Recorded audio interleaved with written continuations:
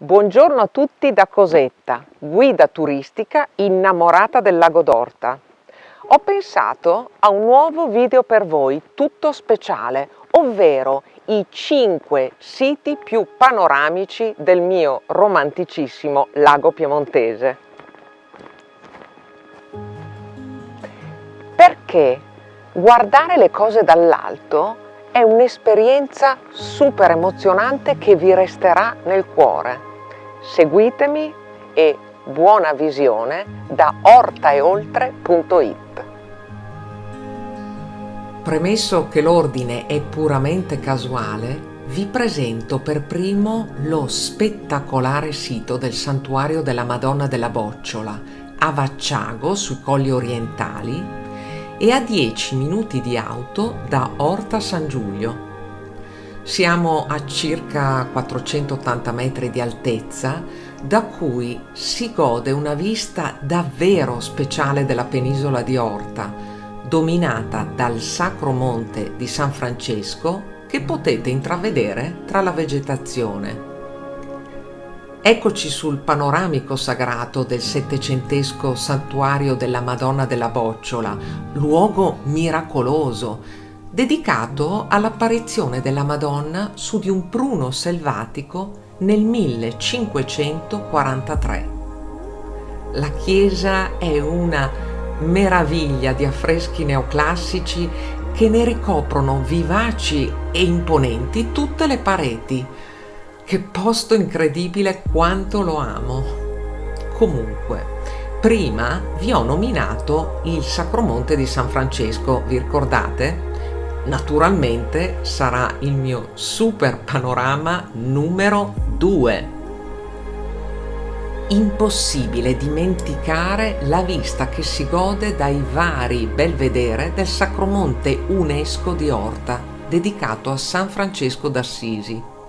E rimando al mio precedente video dal titolo Vi racconto Sacromonte di Orta per saperne di più. La vista da quassù è incantevole e l'isola, soprattutto al mattino, è una visione unica e straordinaria. Per non parlare di tutta la natura che ci circonda e della bella chiesa francescana. E a proposito di francescani, ecco per voi il terzo sito panoramico del Lago d'Orta, il Sagrato del Monte Mesma. Va detto subito, questo è un luogo decisamente spirituale ed è grazie alla presenza secolare dei frati francescani tuttora presenti che possediamo questo delizioso e singolare piccolo sagrato affacciato sul Cusio, nome antico del Lago d'Orta. Una vista impagabile. Si arriva facilmente a piedi per una strada acciottolata o direttamente in auto dall'Ortallo e godrete di tutto questo incanto con sullo sfondo un imponente Monte Rosa.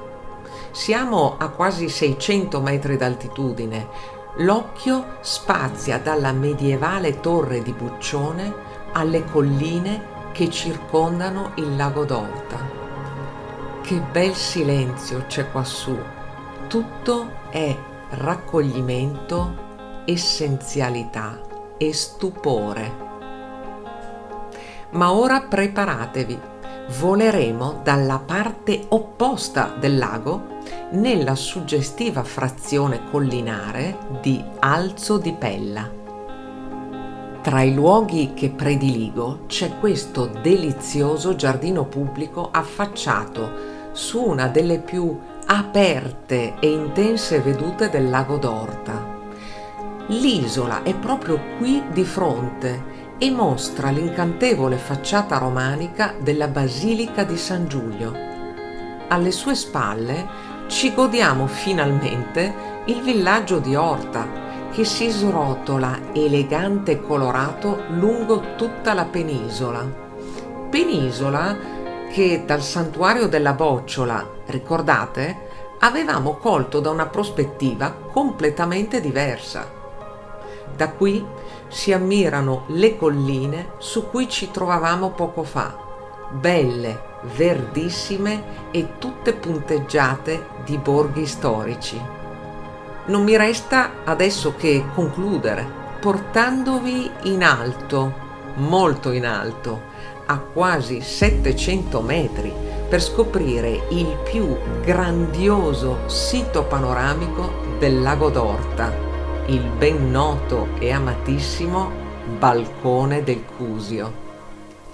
Se volete ammirare un panorama galattico con l'impressione di volteggiare come un'aquila, o perché no, un aquilone nel cielo, venite quassù nel comune di Madonna del Sasso, a 650 metri di altitudine. Il suggestivo santuario ci darà il benvenuto per poi scendere sul ciglio a goderci il mondo, l'aria leggera e il sole. Scegliete una giornata tersa e vedrete davvero tutto, persino Milano e i suoi svettanti grattacieli. Davanti a noi il lago d'Orta si rivela completamente, l'isola nel mezzo, sotto di noi il bel borgo di Pella e laggiù, tutto a sinistra, la baia di Omegna dominata dal massiccio imponente del Mottarone. E potremo rivedere gli altri siti panoramici appena elencati, perché da qui veramente si domina il Cusio e il cuore volerà leggero. Il desiderio di bellezza ed immenso si concretizzerà, regalando quello che in fondo tutti cerchiamo ammirando un panorama: l'ineffabile, magico, misterioso senso dell'infinito.